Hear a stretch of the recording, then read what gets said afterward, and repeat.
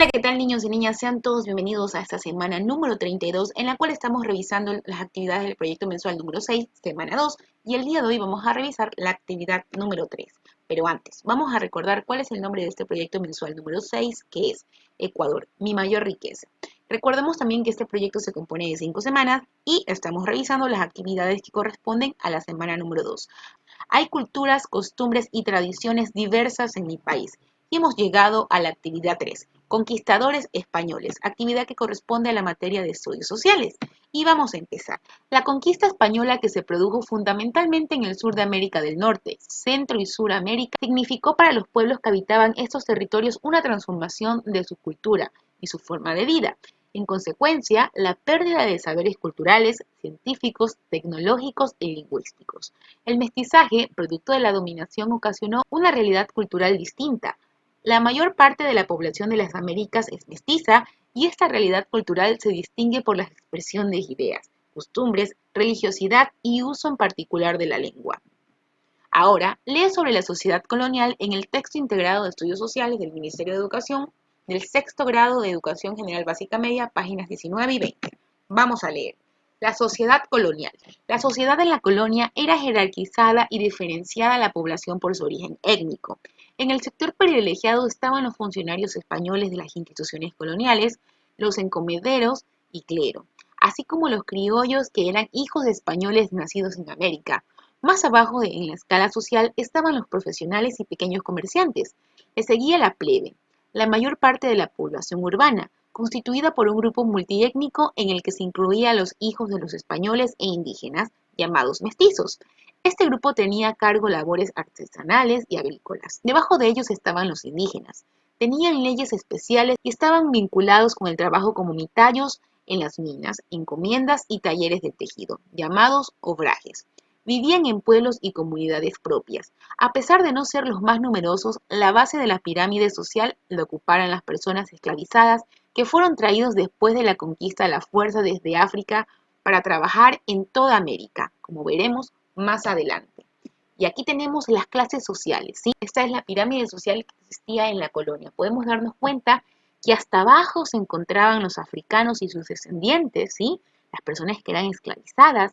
Seguido de ellos estaban los indígenas, después teníamos a los mestizos, mulatos, zambos, más arriba los criollos y en la cúspide estaban, por supuesto, los españoles. La República de Blancos y la República de Indios. Para seguir un orden, el Estado colonial se dividió en la República de Blancos y una República de Indios. La clasificación respondía al origen étnico de las personas. A los indios se los consideraba como menores de edad que debían ser cuidados, guiados y protegidos. Esta separación en repúblicas suponía leyes, derechos y obligaciones especiales y el uso de espacios diferentes. Así, los que pagaban tributos eran los indígenas y se esperaba que los blancos no ingresaran a sus poblaciones. Ahora, responde en una hoja qué clases sociales habían en la colonia. Y para responder a esta pregunta tenemos que observar nuevamente esta pirámide, ¿sí? ¿Cuáles eran las clases sociales que existían? Pues estaban los africanos y descendientes, indígenas, mestizos, mulatos, zambos, criollos y españoles, ¿sí? Ahora, realiza un collage siguiendo estos pasos. Divide por la mitad una hoja de papel, ¿sí? De la siguiente forma. En la primera parte vas a dibujar o pegar recortes de la sociedad colonial y ubica sus características. En la segunda parte vas a dibujar o pegar recortes de la sociedad actual, ¿sí? Entonces, aquí tenemos de un lado la sociedad colonial y del otro la sociedad actual. Dentro de las imágenes que deberían ir en la sociedad colonial, tenemos que ver esto, ¿verdad? Que es el mestizaje, cómo los españoles se casaban con las indígenas y de ellos nacían los mestizos, ¿sí?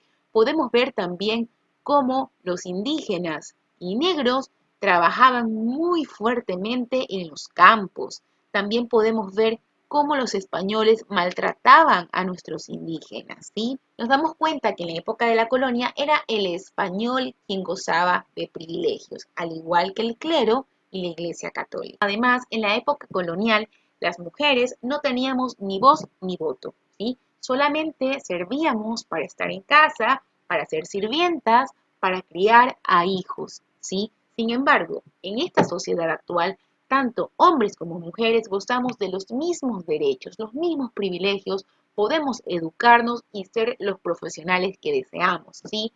Esto de aquí representa a la balanza, los derechos. Los derechos dentro del Ecuador están igualitos para todos los ecuatorianos, ¿sí?